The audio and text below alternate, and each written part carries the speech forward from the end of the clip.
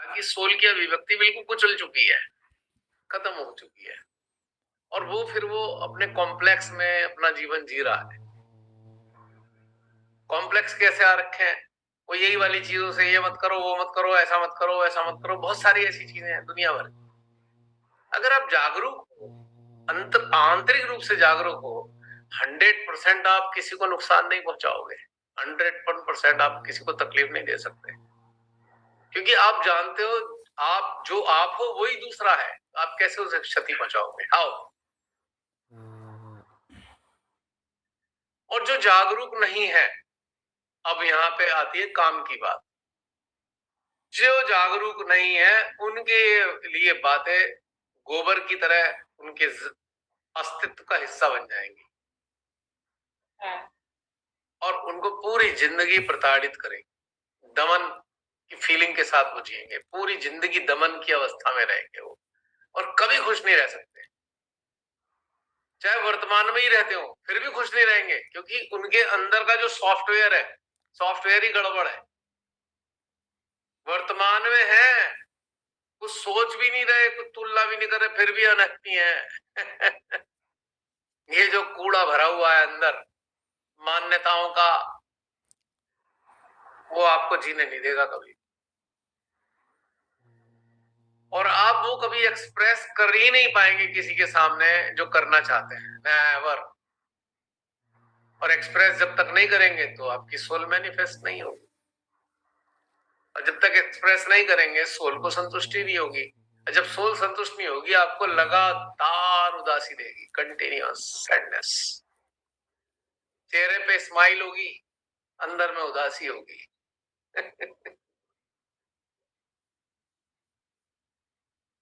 तो अगर अपनी सोल तक पहुंच गए आप और उसकी बात समझने लगे, तो आपके अंदर परिवर्तन क्या आएगा? आप एक्सप्रेसिव होना शुरू होंगे, धीरे धीरे एक्सप्रेस करेंगे। ये नहीं कह रहा कि आप माइक पकड़ के चौराहे पे आप एक्सप्रेस करना शुरू कर दें, एटलीस्ट ऐसे लोगों के सामने एक्सप्रेस जरूर करेंगे जिन पे आप फेथ करते हैं। अभी तो फेथ करने वालों पे भी हिचकते हैं, कोई ये ना सोचे ये क्या बात कर दी। भाई, सोल का पर्पस अगर आपको समझ में आ गया तो फिर कभी आप एक्सप्रेस करने से पीछे नहीं हटेंगे, क्योंकि सोल तो अनुभूति चाहती है। सोल का मतलब ही क्या था भाई, क्यों आई यहाँ पे? भगवान जी आपने सोल को भेज दिया, ठीक है, मान लिया आपने ढूंढने के लिए भेजा कि मुझे ढूंढो, ठीक है, उसने भी मान लिया। पर भाई जो अगर आपने उसे जहां बैठाया है, जिस शिप पर भेजा है, उसे देखने तो दो। आधा अधूरा देखा और कह दिया बस सब गलत है, छोड़ो, संसारिक है सारी चीजें। मैं खुद कहता हूं संसारिकता में नहीं अटैच होना चाहिए, पर मैं ये भी तो कहता हूं कि जो मानव रूपी ये शिप है उसको एक्सप्लोर तो कर लो, तभी तो आपको संतुष्टि आएगी, सोल गई हाँ मैंने सब कुछ समझ लिया, तो वो संतुष्ट हो जाएगी। अब उसे फिर जन्म क्यों लेने का है? क्यों लेने का है?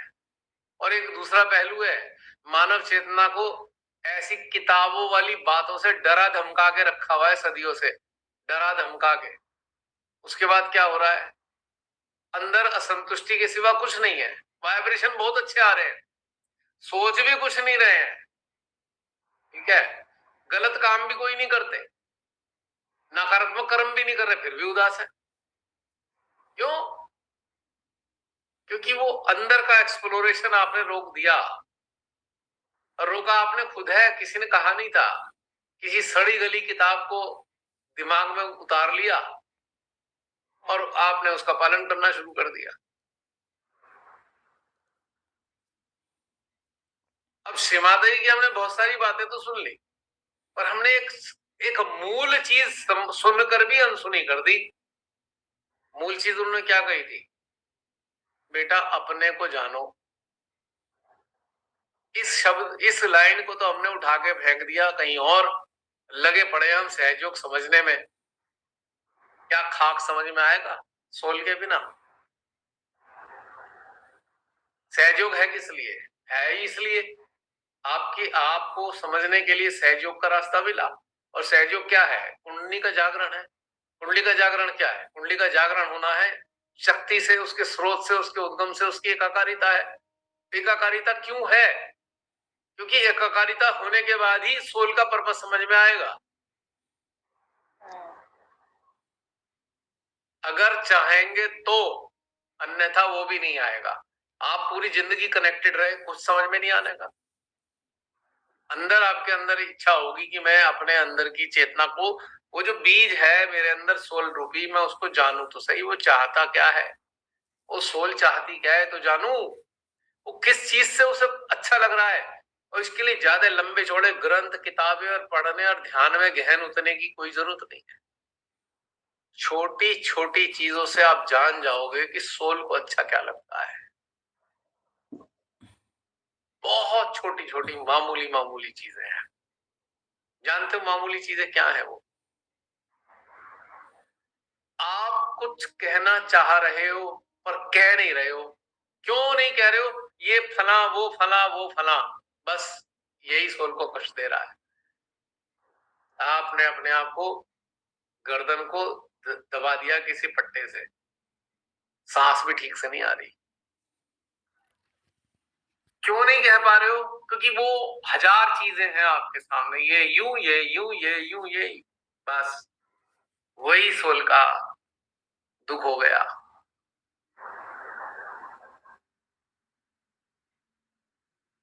जब सोल को दुख रहेगा तो आप कैसे खुश रहोगे?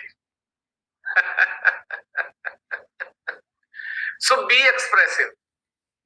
जहां भी आपको विश्वास होता हो, एक्सप्रेस करने की आदत डालो आप। श्री माता जी ने एक मित्र की बात की है ना, उन्होंने एक लेक्चर था पूरा फ्रेंडशिप पे, याद है? yes. वो क्यों करी मित्र की बात? यानी कि वो मित्र वही है जिसके आगे आप अपने भीतर में जो सोल का एक एक्सप्रेशन है वो एक्सप्रेस कर सके, वही मित्र है वो। और यदि है वो आपके जीवन में, तो आप कभी उदास तो नहीं हो सकते एटलीस्ट, क्योंकि जब कुछ अंदर आया आपने एक्सप्रेस कर दिया, जब कुछ अंदर आया आपने एक्सप्रेस कर दिया, काम खत्म हो गया। 1000 किस्म की जो हमने एक वो कांटे वाले तार लगा लिए, वो भी गोबर, मैं गोबर इसलिए बार बार इस्तेमाल कर रहा हूं शब्द, वो जो कचरा है ना, बाद का जो कचरा है किताबों का, वो सब गोबर से ज्यादा अहमियत नहीं रखता।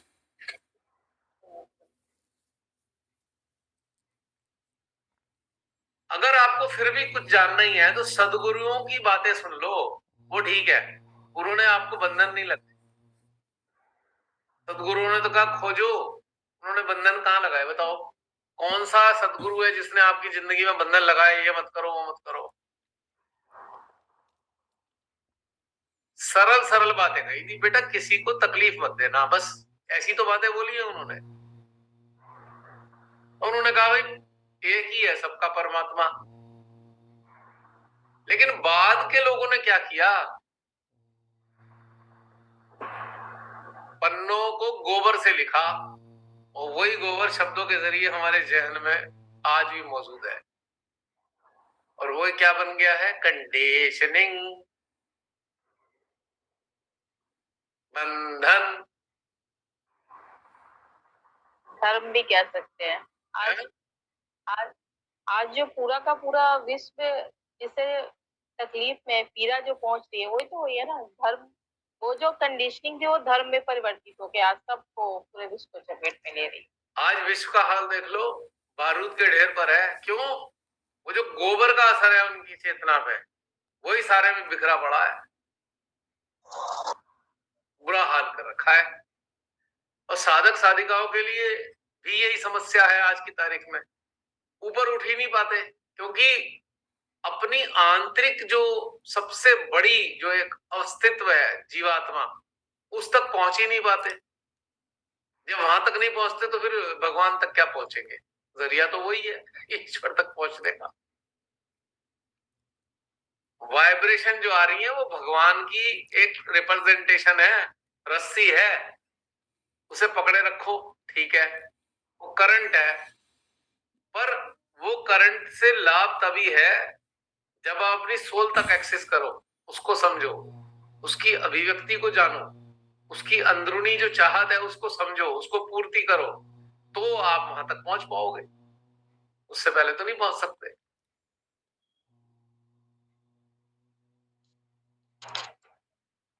भैया जैसे सोल का नेचर होता है एक्सप्रेशन, हाँ तो जैसे एक एग्जांपल जैसे मैं पूछ रही हूँ कि मान लीजिए कि कोई लेडी है, वो बहुत डोमिनेटेड है, वो एक्सप्रेस करना चाहती है पर एक्सप्रेस नहीं कर पा रही है।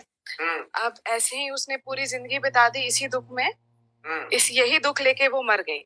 हाँ अब अगर उसका अगला जन्म होता है तो क्या ये पहलू जीवात्मा एक्सप्लोर कर पाएगी, या उसने कभी आवाज ही नहीं उठाई, अपने लिए कुछ किया ही नहीं, तो सिमिलर सिचुएशन आएगा उसके लाइफ में? उदासी पैदा होगी और उदासी मर जाएगी दोबारा। हाँ, यही यही क्लियर करना था। उदासी पैदा होगी, उदासी मर जाएगी, उसका कुछ होना ही नहीं है। तो जब तक सोल्यूशन नहीं आएगा लाइफ में तब तक ये, और अगर एक्सेप्टेंस आ जाए कि हाँ यही मेरा सिचुएशन है और वो उसके साथ खुश रहना सीख ले, तब उसका नेक्स्ट लाइफ इंप्रूव हो सकता है। हाँ, लेकिन उसमें भी एक शर्त है, उसे एक्सप्रेस कहीं ना कहीं तो करना होगा, वरना वो बात नहीं बनेगी। Acceptance plus expression. देखिए, soul has the temperament of exploration and expression, double E, exploration and expression. जब तक सोल एक्सप्लोर करके एक्सप्रेस नहीं करती, उसको संतुष्टि नहीं हो सकती। चाहे उसको पूरे उसमें सोना ही सोना भर दो, उसके जिंदगी में सारी सुख सुविधाएं भर दो, सब चीज भर दो, वो संतुष्ट हो ही नहीं सकती। सोल है ये वैसे ही हुआ ना, जैसे हमारा बॉस कुछ जबरदस्ती हमें करने को बोल रहा है, हम वो करना नहीं चाहते, हमें सही नहीं लग रहा है, पर हम उसे कुछ बोल ना पाए, तो ये तो यहाँ जीवात्मा ही दुखी हो रही है। एग्जैक्टली, बिल्कुल। शहीद भगत सिंह को स्वीकार नहीं था अपनी सोल के विरोध में जाना, तो उन्होंने कहा फांसी पे चढ़ा दो, पर मैं तो ये कहना नहीं बंद करूंगा कि तुम अत्याचार कर रहे हो, हमारा देश छोड़ो। 24 साल के लड़के को क्या पड़ी है भैया, वो भी मजे करता, क्या पड़ी है उसे ये सब मुसीबत डालने की? नहीं था उसका अंदर सोल का प्रभाव था, नहीं स्वीकार मुझे गुलामी। और सोल की एक तीसरी खासियत और है, फ्रीडम। ये उसकी विशेषता है, फ्रीडम। सोल दबाव में नहीं रह सकती, कभी भी किसी के दबाव में नहीं रह सकती, क्योंकि सोल अंश ईश्वर का है। तब ईश्वर किसके दबाव में रहते हैं? जब ईश्वर किसी के दबाव में नहीं है, तो सोल ईश्वर किसके दबाव में रहेगी, बताना जरा। और हम तथाकथित महान ज्ञानी, पढ़े लिखे समझे समझदार मानव, हम उसे ज्ञान दिखाते हैं, सिखाते हैं सोल को, और दबा के रखते हैं उसको, तो कहाँ आपको खुश रहने देगी सोल? हम तो ज्ञानी हो गए, हमें तो बहुत ज्ञान है दुनिया भर का, दुनियादारी का हमें इतना ज्ञान है कि हम अपनी सोल का गला घोट के रखते हैं। तो कहाँ आप प्रसन्न रह सकते हो? 24 घंटे उदासी रहोगे अंदर अंदर। वो जो शिप है ना, मैंने बोला ना, मानव अस्तित्व एक शिप की तरह है, और सोल ने उसे सारा एक्सप्लोर करना है। तो ये एक समझदारी है कि हम उसको एक्सप्लोर करने दें, उसके एक्सप्रेशन को भी समझें, और कहीं ना कहीं उसे एक्सप्रेस करने का एक अभ्यास बनाएं। तो मैं गारंटी लेता हूं, आप कभी उदास नहीं रह सकते, नेवर। और जब उदासीन रहेंगे तो बहुत नजदीक आ जाएंगे अपने स्रोत के, बनाने वाले। क्योंकि भगवान भी कभी दुखी नहीं रहते भाई, वो तो प्रसन्न रहते हैं। कोई कहेगा किसने देखा भगवान प्रसन्न है? मैंने देखा। कैसे? जब फूल खिलते हैं पता लगता है भगवान प्रसन्न है, जब बरसात होती है गर्मी में तो पता लगता है भगवान प्रसन्न है, जब चिड़िया सुबह सुबह 4 बजे उठकर चहचहाती हैं तो पता लगता है भगवान प्रसन्न है, जब ठंडी ठंडी बयार बहती है शाम को तो पता लगता है भगवान प्रसन्न है, जब कड़ाके की सर्दी में गरम गरम सूर्य देव उदय होते हैं तो पता लगता है भगवान प्रसन्न है। कितनी सारी चीजें भगवान की प्रसन्नता को बयान कर रही है। और जब बिना बात के हम अंदर से प्रसन्न होते हैं तो पता लगता है भगवान प्रसन्न है। कितने सारे लक्षण है भगवान की प्रसन्नता के, बताइए। है मजेदार, सरल है ना समझना। हम दुखी हैं, भगवान तो प्रसन्न है पर हम दुखी हैं क्योंकि हमने अपनी सोल का गला घोट रखा है, उसे एक्सप्रेस नहीं करने देते कुछ भी।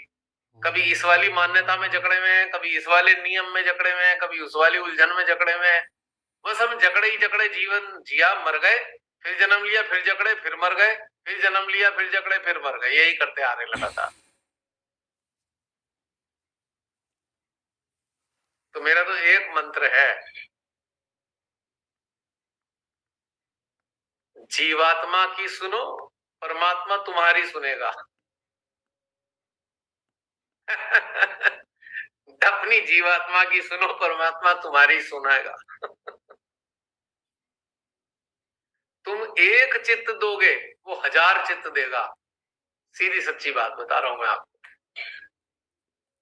तो जो कह गए, मुझे अब ये क्लियर बता सकता हूं मैं ये बात, जो हमारे गुरु कह गए थे ना, खोजो खोजो भीतर खोजो, अब समझ में आया किसे खोजने की बात करते थे वो। जीवात्मा को खोजो, क्या चाहती है, बस हो जाएगा काम। अब ये वाली बातें सुन के आपकी जीवात्मा क्या कह रही है? कुछ प्रसन्न हो रही है, कुछ समझ में आ रहा है, उसको अच्छा लग रहा है, एक्सप्रेस कर रही है, कुछ नहीं? बहुत अच्छा फील हो रहा है। हाँ, बहुत अच्छा फील हो रहा है। कर रही है। और देखो, यही तो है। किसी के जीवन में अगर कोई ऐसा मानव नहीं है ना जिसके सामने आप स्वतंत्र होकर आप एक्सप्रेस कर सकते हो, तो बेटर है यू शुड राइट समथिंग। कुछ लिखो, कुछ लिख लो, बात वहीं आ जाएगी। एक्सप्रेशन होना चाहिए, सोल को एक्सप्रेशन चाहिए, वरना उसका दम घुट जाता है और फिर वो विकृतियों के रूप में मानव की चेतना में दिखाई देता है। विकृतियां, अनेकों विकृतियों के रूप में भरी हुई है मानव की चेतना। और सोल की सुनने की कोई बड़ी समस्या नहीं है, आसानी से आपके ही भीतर है, कुछ आपको करना ही नहीं है। एक नया पहलू उजागर हुआ है, ये कुछ कैसा लग रहा है ये पहलू?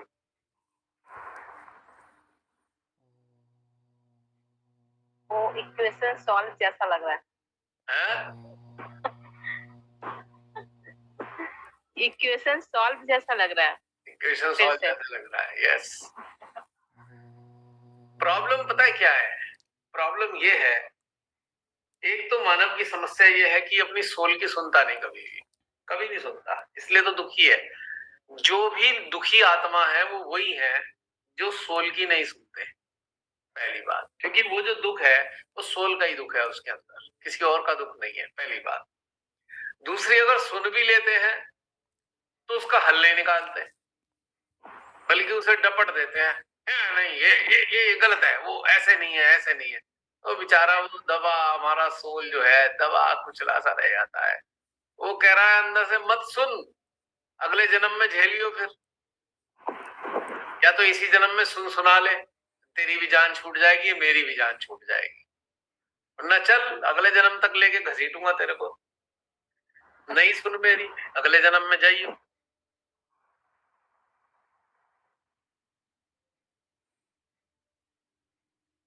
अब बताओ, हमारी बहन ने भी बोला था, हमारी बहन ने भी कहा ना, इम्प्योर डिजायर। अब बताओ, इम्प्योर डिजायर का मतलब क्या है यहाँ पर? अब थोड़ा क्लैरिटी के साथ समझ सकते हो। किताबी बात है। हाँ, what is impure desire now? वो सारी बातें जो सोल के से संबंध नहीं रखती, वो सारी चीजें जो सोल से संबंध नहीं रखती, वो सारी इम्प्योर डिजायर है। और जो सोल से संबंध रखती है, सारी प्योर डिजायर है, ऐसे समझ लो। क्लैरिटी आ गई?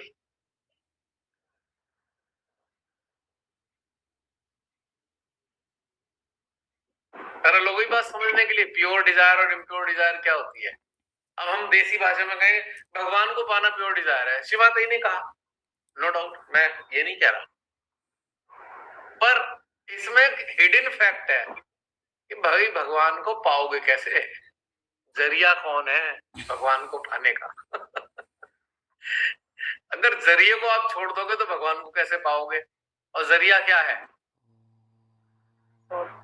सोल। उसके बिना कैसे पाओगे भगवान को, भगवान तक पहुंचाएगी कैसे। अब सोल को तो कर रखा है आपने इग्नोर, लगे पड़े हो ध्यान करने में और लगे पड़े हो वाइब्रेशन देखने में और चक्र देखने में, ठीक, लगे पड़े हो आप अपनी पूरी दुनिया भर की कर्म कांड और ये और वो और ये मान्यताओं में लगे पड़े हो, अंदर उसे बांध रखा अपने आप को, कैसे पालोगे भगवान को, मुझे बता दो। The desires which belong to soul is all pure, all pure, all pure desires. अब ये सवाल, एक तीसरा सवाल उठेगा, भाई हमें कैसे पता लगेगा कि प्योर क्या है और इम्प्योर क्या है, हाउ कैन वी अंडरस्टैंड, कोई बताएगा कैसे अंडरस्टैंड करेंगे हम प्योर और इम्प्योर का। हमारी जीवात्मा जिससे खुश हो रही है वो प्योर डिजायर है। हाँ बहन, उसका एक्सप्रेशन क्या होगा, आप कैसे जानोगे कि आपकी जीवात्मा खुश है।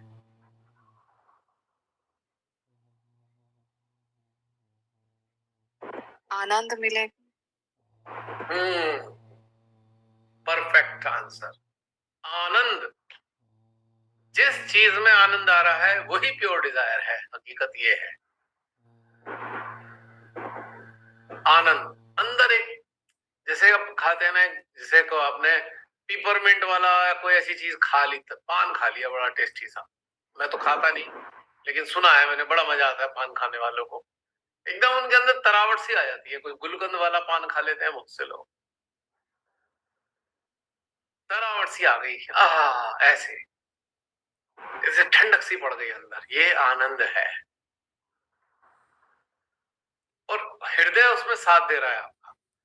जब भी आनंद की अनुभूति होगी, हृदय गदगद हो रहा होगा, गदगद, ये तो आसानी से समझ में आ जाएगी। हृदय की फीलिंग हमें समझ में आ सकती है, सोल की फीलिंग नहीं समझ में आ रही है हमें, क्योंकि हमने तो उसे दबा दबू के कोठरी में बैठा रखा है, बंद करके ताला मार दिया उस पे, मान्यताओं का ताला, एजम्पशंस का ताला, कंडीशनिंग का ताला, रीति रिवाजों का ताला, नियम कानून का ताला मार दिया सोल को कोठरी में बैठाकर। लेकिन जो एक गदगद होता हृदय है, ये आपको आनंद की सूचना दे रहा है, ये आनंद आपको मिल रहा है। इससे आपको पहचान हो जाएगी कि ये प्योर डिजायर है। बिल्कुल ये होता है। नहीं, हाँ हाँ भैया, ये झंकृत होता है हृदय, मतलब आप उस क्षण में इतने, आपको ना पास्ट याद आता है, फ्यूचर कुछ नहीं, बहुत ज्यादा आप एक्चुअल में पूरा का पूरा वो विदिन वो प्रेजेंट में होते हो। वो भी ऐसी चीज जब अब समझ पा रही हूँ कि वो सोल का था, वो पूरी हुई और वो आनंदित महसूस होता है, जैसे गा रहा हो, कुछ हृदय गा रहा हो, ऐसा फीलिंग। और तो कुछ चीज को देख के भी हो सकता है, किसी से मिल के भी हो सकता है, था होता है, और कुछ करके भी हो सकता है, मतलब कुछ भी लग रहा है, ऐसा समझ में आ रहा है बहुत सारा बात। आनंद का एक ही पहचान है, हृदय का गदगद होना। और तकनीकी रूप से आप सब जानते हो, मेडिटेशन से आप समझ ही गए कि तकनीकी रूप से आनंद कैसे अभिव्यक्त होता है। जब हृदय खिंचने लगता है, वैक्यूम बनाता है, तो वो भी एक आनंद का एक पहचान है कि हमें आनंद आ रहा है।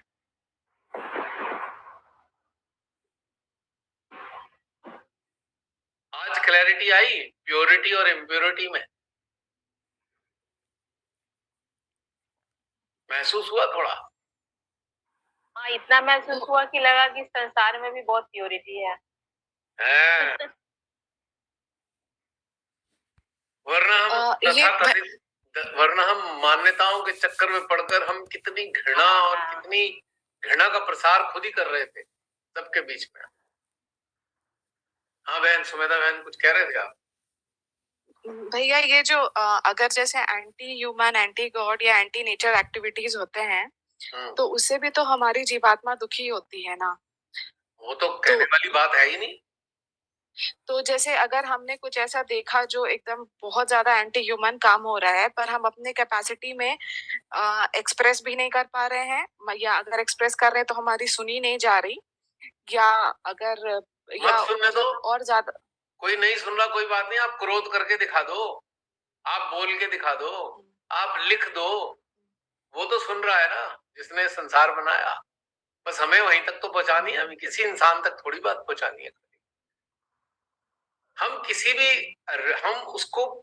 हम उसका क्या करें, विरोध करना चाहिए हमें गलत चीजों का। तीन चीजों के विरोध में जो हो रहा है विरोध करें तो अपने आप वहां तक पहुंचेगी बात। वो वहां पे हमारी सोल साथ है तभी तो हम विरोध कर रहे हैं। ये सोल ही तो विरोध कर रही है, वो सोल ही तो हमारे माध्यम से विरोध प्रकट कर रही है। सोल को प्रकृति पसंद है, सोल को मानवता पसंद है, और परमात्मा का तो वो अंश है ही सोल। तो इसीलिए तो उसको एकदम प्रतिक्रिया करती है, अंदर उसके अंदर प्रतिक्रिया आती है, एकदम ज्वालाएं निकलती हैं हृदय से, धड़कती हैं ज्वालाएं। तो वो सोल का ही तो प्रतिकार है, सोल ही तो प्रतिकार कर रही है वो। और सोल का एक और टेम्परामेंट है, पीस, शांति प्रिय है सोल। अगर आपके अंदर ये भाव पनपने लगे हैं ना कि बस मुझे तो शांतिपूर्ण जगह रहना है, शांति वातावरण में रहना है, अंदर शांति, तो आप समझ लेना आप सोल के सानिध्य में आ गए हो, आप सोल के साथ रहने लगे हो। क्योंकि सोल का स्वभाव है शांति, सोल का स्वभाव है प्रेम, सोल का स्वभाव है वात्सल्य। ये सारे दैवीय गुण सोल के हैं। जो माँ के गुण है ना वही सोल के गुण है। मैंने आपको शायद बहुत पहले कुछ सेशन में कहा ना कि जीवात्मा परमेश्वरी का प्रतिनिधित्व करती है और आत्मा परमात्मा का प्रतिनिधित्व करती है। ये कॉम्बो है, ये ट्विन फ्लेम है, जीवात्मा और आत्मा। ये अर्धनारीश्वर है, जीवात्मा और आत्मा। तो इसलिए सोल के अंदर मातृत्व के गुण मिलेंगे आप।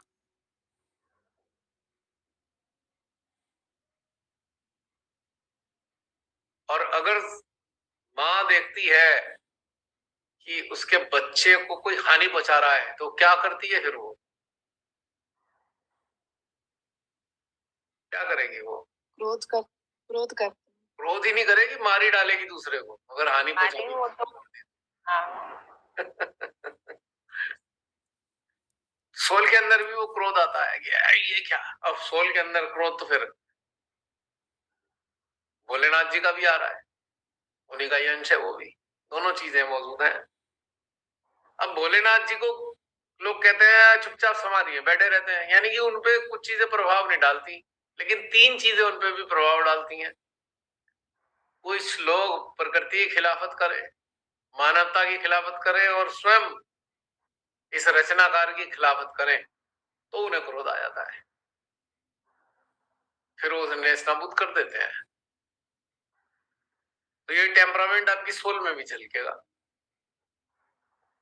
ये सोल कॉम्बो है, आत्मा और जीवात्मा का कॉम्बो से ही सोल पैदा हुआ है, ऐसे समझ लीजिए। दोनों चीजें मौजूद है उसके अंदर, आत्मा के भी गुण है और जीवात्मा के अपने गुण तो है ही है। यानी कि मातृत्व और पितृत्व दोनों के गुण हैं सोल के अंदर, इसलिए सोल कभी प्रोटेक्ट भी करती है तो कभी प्रहार भी करती है। बहुत सारी चीजें हैं बारीकी से समझने के लिए। और अगर वो ऐसा नहीं करेगी तो उसे शांति नहीं मिलेगी, ये बात भी है, तब भी उसे संतुष्टि नहीं होगी। अगर आपने अत्याचार को सह लिया और देख लिया,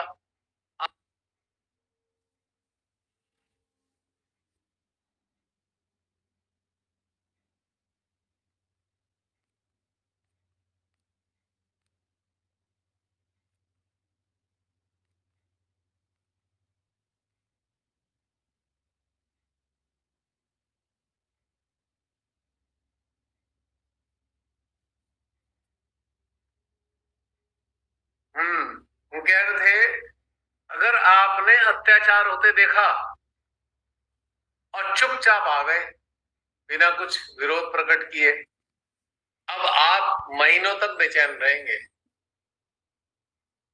ऐसा होता है जी भैया।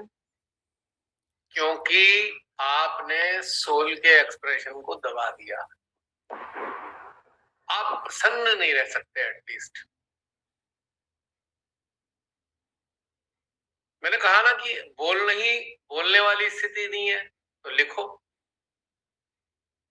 लिखने वाली नहीं है तो एक्सप्रेस करो, कुछ तो करो, क्योंकि ये एक्सप्रेशन जरूरी है सोल की शांति के लिए।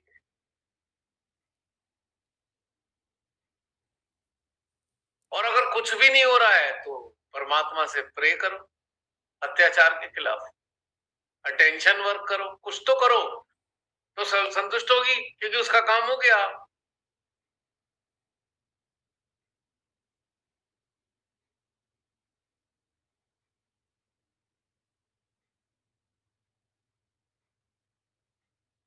उसका काम हो गया। हमारा आत्मा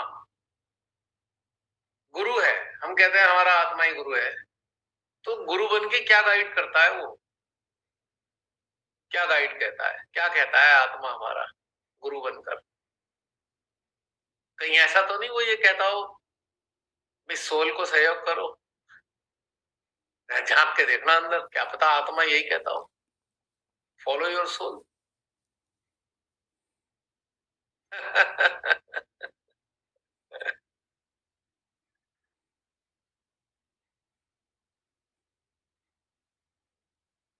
जैसे कोई अत्याचार कर रहा है, आप लड़ना नहीं चाह, आप लड़ोगे नहीं, ठीक है, आप कहोगे भाई ये चीज ठीक नहीं है, तो ये भी बात सोल के सहयोग में है, आपने एक्सप्रेस तो किया ना। आप लड़ना नहीं चाहते हो, आप लड़ने के स्वभाव के नहीं हो, आप झगड़ा नहीं चाहते, पर ये तो कहोगे ना ठीक नहीं है, ये इतना ही काफी है, उससे ही सोल संतुष्ट हो जाएगी।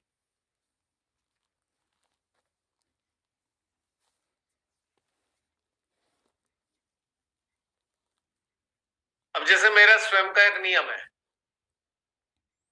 पूरे खानदान में कोई भी रिश्तेदार अगर 3 चीजों के खिलाफ चला जाएगा, मैं उससे बात करना छोड़ देता हूं। मेरा उससे बात कभी झगड़ा ना भी हो पूरी जिंदगी, पर मेरी बात करना खत्म।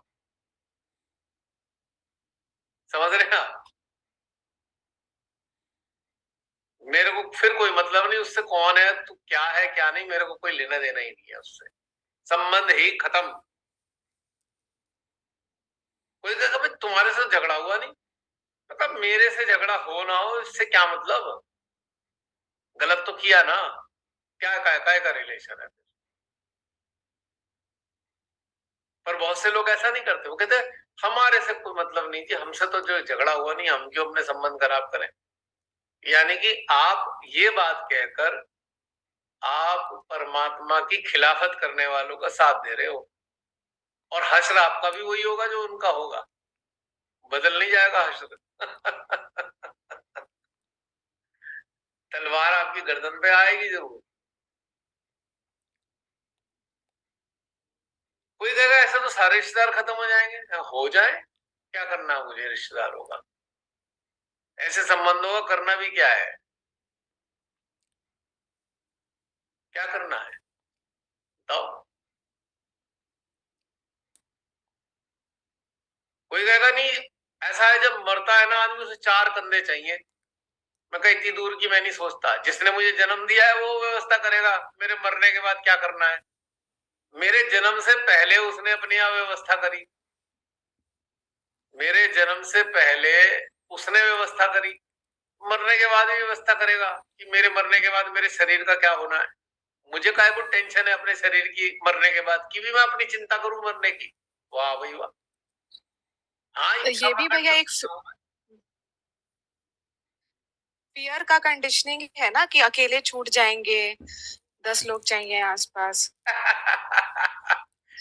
10 लोग चाहिए, उसकी आत्मा तो निकल गई शरीर से, अब काहे को लोग चाहिए उसे, क्यों चाहिए भाई, शरीर तक तो था सारा खेल। अब डाल दो ऐसी शरीर को, वो जाने, ऊपर वाला जाने। जिसने शरीर बनाया है, जिसने शरीर बनाया है उसकी हेडेक है ये, वो इसको समेटेगा कैसे? मनुष्य की हेडेक। बहुत लोग तो क्रियाकर्म में ही अटके रहते हैं ना कि हमारा ठीक से नहीं होगा तो हम मुक्त नहीं हो पाएंगे। बोल के जाते हैं ना, ऐसे करना वैसे करना, ये मत अरे छोड़ देना, राम पूरा रे, डायरेक्शन देते इतना हैं। पागलपना सोसाइटी में है, माय गॉड। अगर जो ऐसी चिंता करते हैं ना कि हमारा मरने के बाद ठीक से हो जाए, मैं उनके लिए एक बात कहना चाहता हूँ, 100% ठीक से होगा। अपना जीवन ठीक से कर लो, अपने आप ठीक हो जाएगा। आपको कुछ करने की जरूरत नहीं बाद में। जो अपने मरने के बाद की ये ठीक वाली चिंता करते हैं, उनका खुद जीवन ठीक नहीं चलता, वो खुद ठीक नहीं होते, इसलिए उन्हें चिंता है। और जो ठीक है उसे काहे की चिंता है भाई?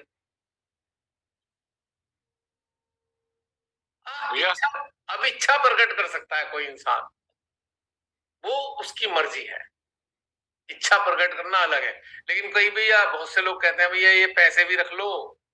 मैंने सुना है विदेश में कुछ ऐसा होता है, मरने से पहले का अपना सारा अरेंजमेंट कर देते हैं लोग, कॉफिन वॉफिन का सबका, ऐसा सुना है मैंने। करते हैं भैया। फ्यूनरल प्लानर्स भी होते हैं, उनका दुकान भी होता है एक। अच्छा, हाँ, बड़ा धंधा बड़ा चल गया धरती पे, वही कमाल है, क्या धंधा है। अब जो कोई इच्छा प्रकट करता है, देखो मैं ये भी बताता हूँ, इसमें भी खासियत है। किसी ने कहा भाई ऐसा करना, अगर संभव हो तो मुझे मेरी मृत्यु के बाद मेरे शरीर को गंगा पे जला देना। ऐसा बहुत से कह सकते हैं, या बहुत से कह सकते हैं भाई ऐसे कर लेना। जैसे मैंने भी कहा कि मैं जहां हूं वहीं छोड़ देना, मैंने भी अपने डिजायर। वो इसका कारण ये नहीं है कि कोई कंडीशनिंग है, इसका कारण उसकी सोल के डिजायर है। अब जैसे मेरी चेतना को, मेरी जीवात्मा को पहाड़ बहुत प्रिय है, तो मेरी चेतना यही चाहेगी कि जहां शरीर अगर पहाड़ों में मृत्यु हो गई तो भाई उस शरीर को उठा के मत लाओ यहाँ पे, काम करोगे क्या उस, वो तो एक तरीके का मट्टी है, उस मट्टी को उठा के शहर में क्या करोगे लाके? What will you do? मतलब इट इज इलॉजिकल ना, जहां है उसे वहीं छोड़ दो। दूसरी मैंने डिजायर रखी थी कि भाई मृत्यु के बाद में सारा टेंट्रम मत करना, वहां ले जाओ, वहां जलाओ फलाओ, ये झंझट है, सीधा सीधा धरती माँ के घर में उतार दो। सबसे आसान तरीका है ये, मतलब इसलिए कि बाद में पीछे लोगों को कष्ट ना हो, उसके पीछे और कोई कारण नहीं है। अब पता लगेगा जी शमशान ले जाओगे, ढोके ले जाओगे, 4 आदमी उठा के ले जाएंगे, फिर वहां बस में बैठाएंगे, फिर वहां ले जाएंगे, कोई गंगा ले जाएगा, कोई शमशान घाट लेके जलाएगा, लकड़ी लाएगा, 1000 झंझट है। इससे तो शांति से एक जगह माँ के घर में उतार दो, खत्म। ये केवल एक प्रैक्टिकल बात है, ये इसके पीछे कोई मेरे कोई कर्म कांड से संबंधित कोई इच्छा ऐसी नहीं है। क्योंकि एक यूजलेस चीजें करते हैं लोग, इसका कोई मतलब नहीं होता इतनी फालतू की चीजों का। जब मैं जीवित अवस्था में इन तथ्यों को जानकर आप लोगों के साथ शेयर करता हूं कि यूजलेस चीजें होती हैं, तो मरने के बाद भी मैं चाहूंगा कि फिर ये सब पागलपना होता रहे, इसके कारण और कोई वजह नहीं है। फिर जागृति का लाभ ही क्या है? लेकिन बहुत से लोग बड़े हिसाब पे रखते हैं, नहीं नहीं वो क्या होगा, हमारी आत्मा भटकेगी इसलिए वहां कर देना। ये पागलपना है। आत्मा आत्मा जो होती है इसलिए नहीं भटकेगी कि आपका उसका संस्कार नहीं हुआ।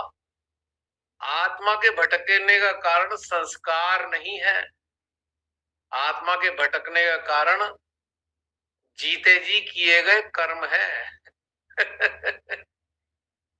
कर्म तो करे हैं गड़बड़, और संस्कार एवं नंबर 1 पंडितों के मुसाफिर कर दिया, तो कहां बच जाओगे भटकने से? संस्कारों से थोड़ी मुक्त हो सकता है इंसान की ये वाला संस्कार करा लो तो मुक्त हो जाऊं, पिंड दान दे दूं तो मुक्त हो जाऊं, कुछ नहीं होता।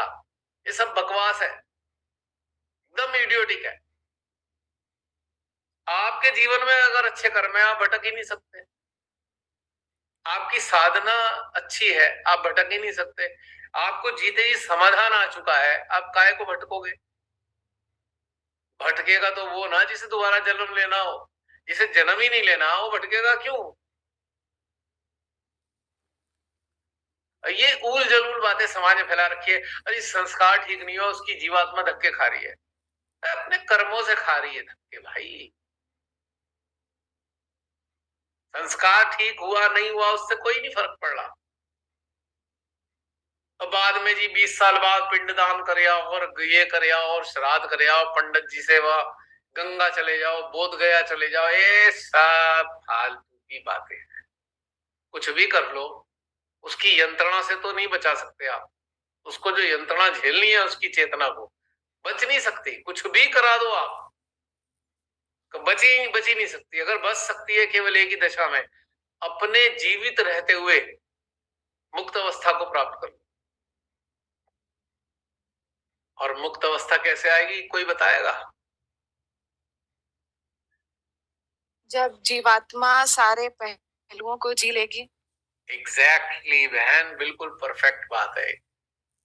जीवात्मा हर पहलू से गुजर जाएगी, फिर उसे जन्म नहीं लेना।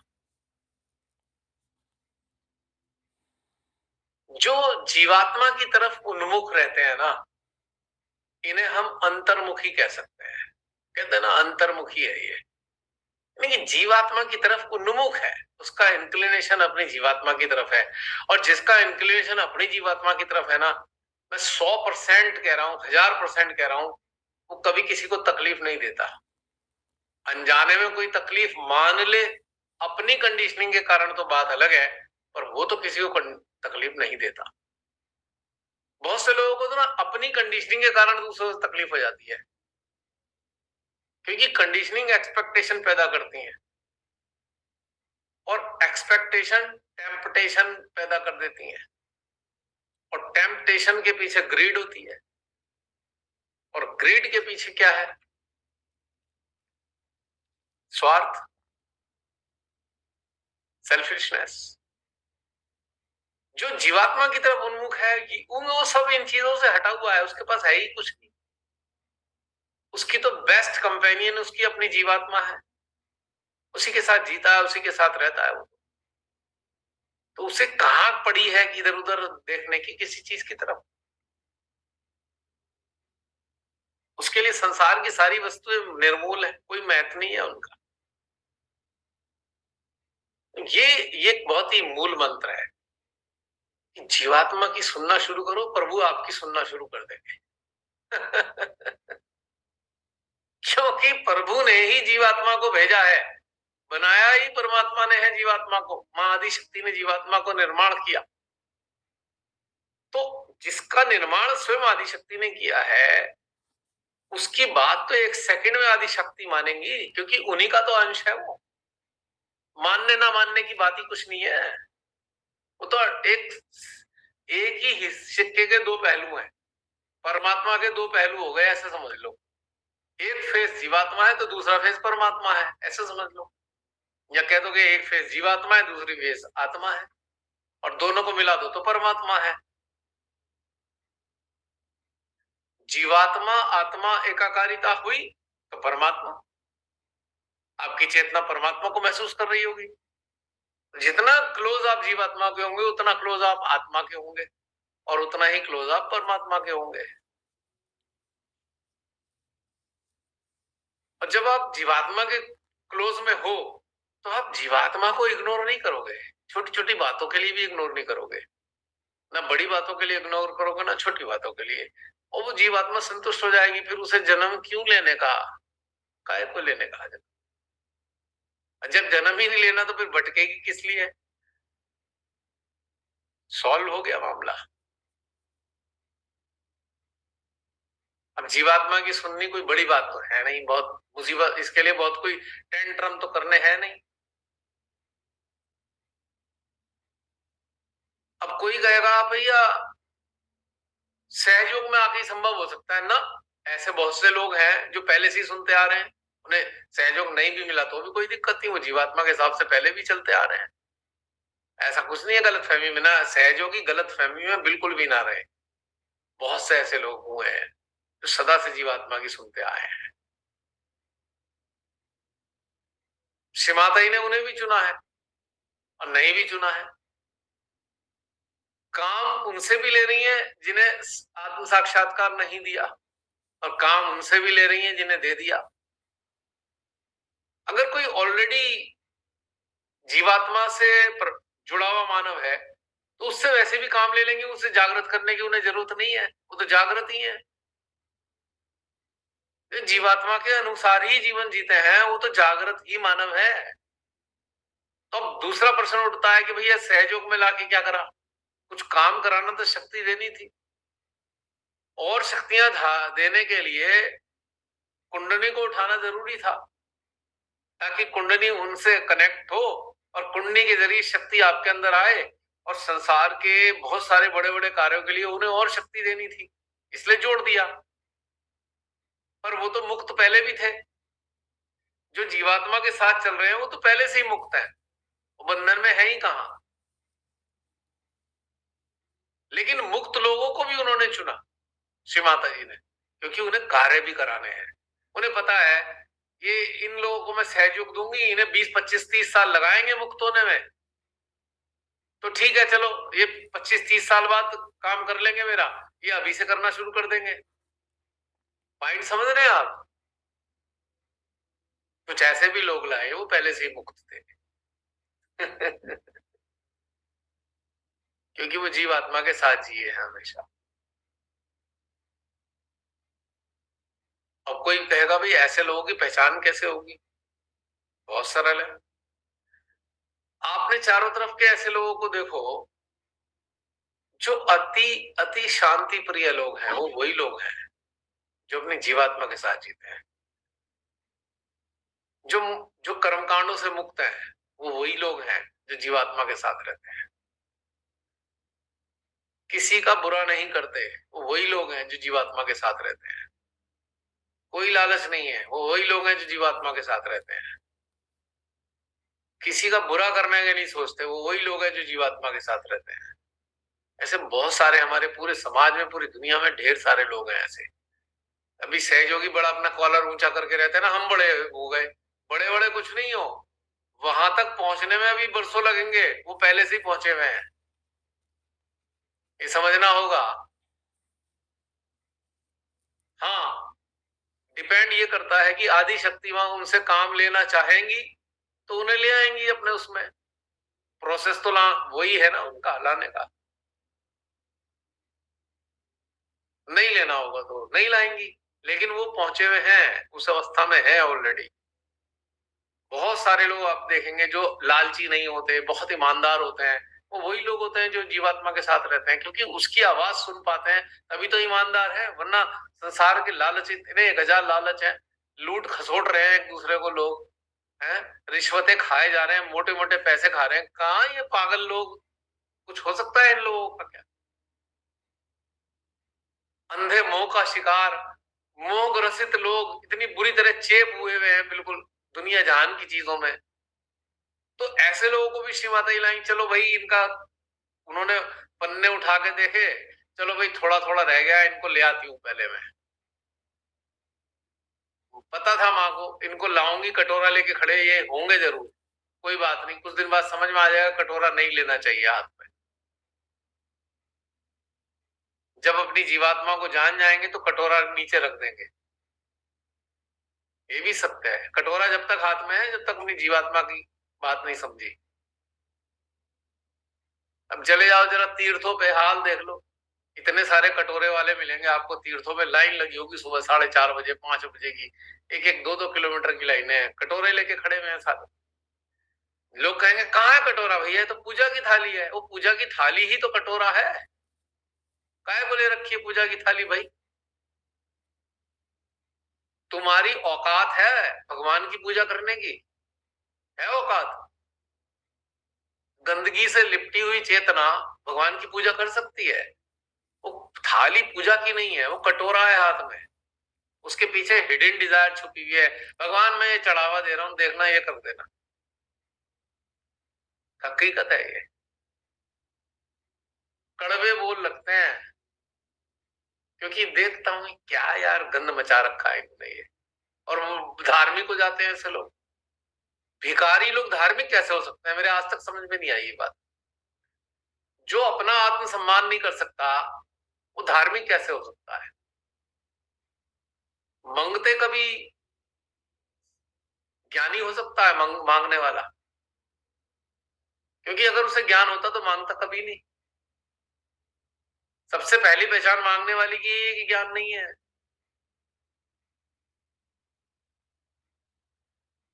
थोड़ी सी बात हो जाती है ऐसी।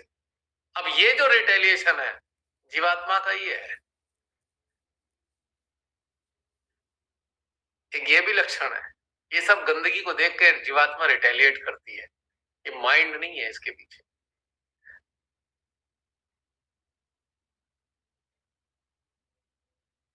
तो ये वाली बात समझनी है कि हमारा जो अल्टीमेट टारगेट जो मुझे महसूस होता है, मैं तो वही शेयर करूंगा जो मुझे महसूस होता है।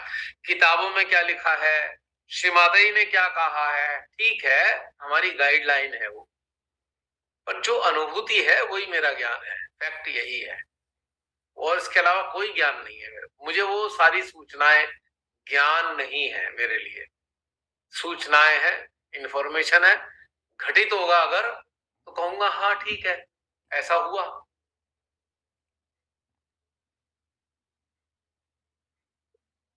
तो सारे मूल चीज में फिर दोबारा आ जाते हैं। Expression of your own soul. Express करने की क्षमता आपने पैदा कर ली तो आप कभी दुखी नहीं रहेंगे, जिंदगी भर दुखी नहीं रह सकते। जितने भी चढ़ा रखे ना दिमाग पे एकदम ये वो फला फला फला, ये सारे सोल का दम घोटते हैं, बुरी तरीके से उसे पीड़ित करते हैं। तड़प के रह जाती है, छटपटाती रहती है। फिर विकृतियों के रूप में चेतना में दिखाई देती हैं विकृतियां। जितने साइकोसोमेटिक डिसऑर्डर हैं वो क्यों है बहन सुमेधा बहन? आप तो डॉक्टर है, मैं आपको मूल चीज बता रहा हूं। जो जीवात्मा के विरोध में की गई चीजें हैं उसी के कारण डिसऑर्डर आ रहा है। इंटरेस्टिंग बात। कुछ ना कुछ सप्रेस्ड रह जाता है कहीं। एग्जैक्टली। तो फिर काउंसलिंग में वही पता करने की कोशिश की जाती है कि क्या सप्रेशन। और आप जानते हैं कैंसर का मूल कारण यही है, साइकोसोमेटिक। एग्जैक्टली। एक तो चलो है कि कोई तम्बाकू खाता है, वो तो एक्सटर्नल कॉज है तम्बाकू खाने का, लेकिन जो एक्चुअल में बिना तम्बाकू खाने वाला, बिना उसके भी कैंसर हो रहा है, वो डिसऑर्डर के कारण है। इम्बैलेंस आ रहा है। What is the balance? if you are following your soul you are in balance, if you are going against your soul you are imbalance, simple। अब नाड़ियां पाड़ियां देखने के झंझट में मत पड़ो, यही देख लो सीधा सरल। नाड़ियां तो उसका आफ्टर इफेक्ट है। if you have got imbalance into your soul and your awareness, that will be manifested through your nadis, that's all। एक टेक्निकल एस्पेक्ट समझ में आ गया, लेकिन मूल कारण यही है, इम्बैलेंस है। You are going against your soul, that's why you are imbalanced। You are so much inhibited to express the feeling of your soul, that's why you are imbalanced। How can you become happy?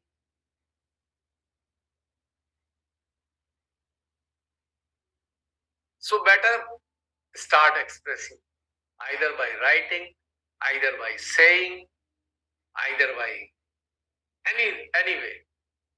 You will always be happy, guarantee। challenge मेरा हरा लगता है। जो भी दुखी आत्मा है मेरी इस आवाज को सुन ले यूट्यूब पर, वो सुन रहे हो 8 महीने बाद भी, तो समझ लो इस बात को और देखो, अजमा के देखो 10 दिन, फिर देखो कितने हैप्पी रहोगे। कोई तुम्हें दुनिया का कोई इंसान दुखी नहीं कर सकता। दुखी होने का कारण ही एक है कि आप अपनी सोल की आवाज को दबाते हो। आपने देखा होगा पहले जमाने में या अभी भी कहीं कहीं कोई मस्त मलंग मिल जाते हैं, ऐसे ही घूमते रहेंगे सड़क पे। देखा है कभी आपने? कहीं कहीं ऐसे घूमता हुआ मिलेगा कोई आदमी फकीर टाइप का, किसी से कुछ कहेगा भी नहीं। कोई दे दे तो ठीक है, खाना दे दे नहीं दे तो भी कोई दिक्कत नहीं, ना वो बद्दुआएं देता। जैसे आजकल के भिखारी नालायक चोगा ओढ़ के आते हैं, दे दे बाबा के नाम पे, नहीं देगा तो बद्दुआएं दे के जाएंगे। मेरा मन कर रहा जूता उठा के उनके सर पे 2-4 मार ही कि पैसे से तू दुआ देगा इडियट। तो मस्त मलंग जो है उन्हें किसी का कुछ नहीं है, ना किसी के बुरे में ना भले में, अपना मस्त है जीवन में। वो वही लोग हैं जिनको ये रहस्य समझ में आ चुका, उनके साथ एकाकार है, अपनी सोल के साथ में खुश है, कुछ नहीं है उनके पास जीवन में। उनके पास ना रहने की जगह है, ना खाने को कुछ है, फिर भी खुश है, क्योंकि उन्होंने समझ लिया था पहले से इस बात को कि कुछ नहीं है दुनिया में, ऐसी मस्त रहो और जो मन करता करते हैं। किसी को पत्थर उठा के भी मार देंगे गुस्सा आ गया तो, कभी हंस देंगे, कभी खुश हो जाएंगे यानी कि वो अंदर से जो आता है वो सब एक्सप्रेस करते हैं। वो दिखावे के चक्कर में और इसको समाज और फला फला ठिकाना, ये जो समाज का ढोंग है ना, ये ढोंग है समाज का, उसके चक्कर में आप अपनी सोल को बहुत पीड़ा देते हो। और एक अजीब सा ट्रेंड चल रहा है, समाज समाज समाज। व्हाट इज समाज? असली समाज तो अंदर है। दिस इज द समाज, soul, the companionship of your soul is your समाज। वी हैव इंडिविजुअल समाज। उसके मुताबिक अपने आप को पीड़ा दिए जा रहे हो, ठीक है, आप समाज के शरीर, आप अनेकों लोगों के बीच में रहते हो, ठीक है, आप शांति से रह लो, पर उसके चक्कर में अपनी सोल को तो सप्रेस मत करो ना। एटलीस्ट क्या मिल जाएगा? मरने का टाइम आ जाएगा, पूरी जिंदगी तो चारों तरफ वाले लोगों को देख देख के जी लिए, उनके हिसाब से अब मरने का टाइम आया तो अब छटपटा रहे हैं कि पूरी जिंदगी तो अपनी सोल का गला घोट के रहे हम। अब कहां से प्रसन्नता मिल जाएगी? तो छटपटाते हुए दम तोड़ते हैं, फिर तड़पते हुए फिर दोबारा जन्म ले लेते हैं, अगली बार फिर वही हरकतें करते हैं, फिर मर जाते हैं। ये सिलसिला एंडलेस रहता है। तो अगर समझ में आ जाए तो इसी जीवन में छुट्टी मारो। क्या करेगा चारों तरफ रहने वाला मानव? उसे अपनी तो सुध नहीं, आपकी क्या सुध लेना है? जो सोल के साथ जुड़े हैं वही किसी और की सुध ले सकते हैं। जो अपनी सोल से ही नहीं जुड़े वो किसी और की सुध कैसे ले सकते हैं? किसी का ध्यान रखने की औकात नहीं है उनकी। किसी का ध्यान नहीं रख सकते वो अपना ही खुद का ध्यान नहीं रख पा रहे, दूसरे का क्या ध्यान रखेंगे?